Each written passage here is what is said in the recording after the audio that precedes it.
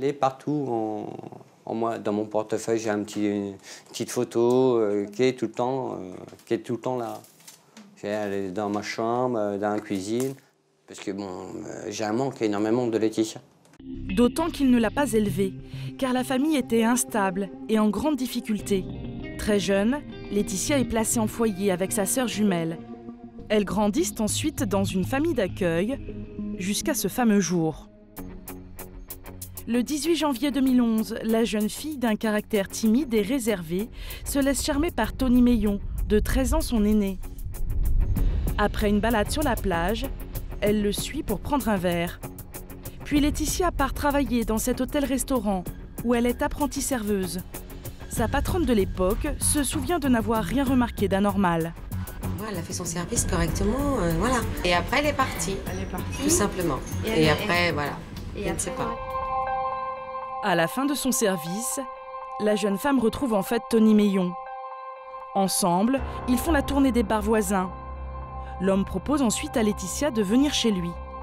Elle le suit, mais refuse d'avoir une relation sexuelle.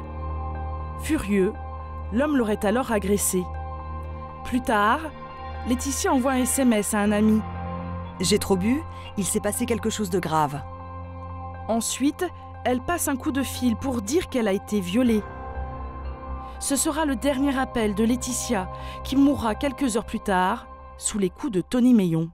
Mon hypothèse, c'est qu'après l'avoir agressée sexuellement, il a compris que cette jeune fille, qui a d'ailleurs envoyé un SMS, l'accuserait, et donc il l'a tuée. Tony Meillon aurait suivi Laetitia alors qu'elle rentrait chez elle en scooter. Après l'avoir renversée, il l'aurait ensuite étranglée, puis sauvagement poignardée de 44 coups de couteau, avant de découper son corps en morceaux pour mieux le faire disparaître.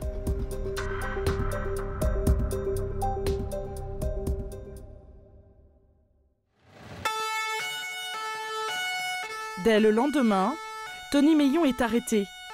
En garde à vue, il reconnaît avoir tué Laetitia, mais accidentellement. Puis il raconte s'être débarrassé du corps et pour justifier son geste, il invente un ordre mystique. Je l'ai balancé par-dessus un pont. C'est le diable qui m'a dit de faire ça, de faire disparaître les traces. 11 jours après la disparition de la jeune fille, une partie de son corps démembré est retrouvée dans un étang près de Pornic. Après avoir inspecté une vingtaine de points d'eau, nous avons retrouvé en fin de matinée un corps féminin composé d'une tête, de 2 membres supérieurs et de 2 membres inférieurs.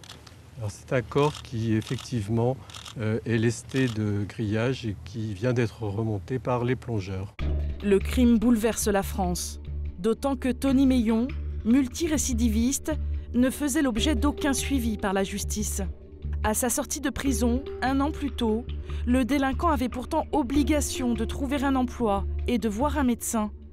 Mais faute de moyens, personne ne s'est occupé de son dossier. Lors de cette marche blanche organisée en mémoire de Laetitia, beaucoup expriment leur indignation. J'ai beaucoup de colère parce que je me dis, moi j'ai 3 filles, ça n'arrive pas qu'aux autres. Et ce monsieur aurait dû rester en prison et jamais sortir. Et Laetitia serait là aujourd'hui. Pour moi, ce n'est pas un meurtrier, c'est un monstre. Et qu'on rétablisse la peine de mort. Il ne mérite que ça.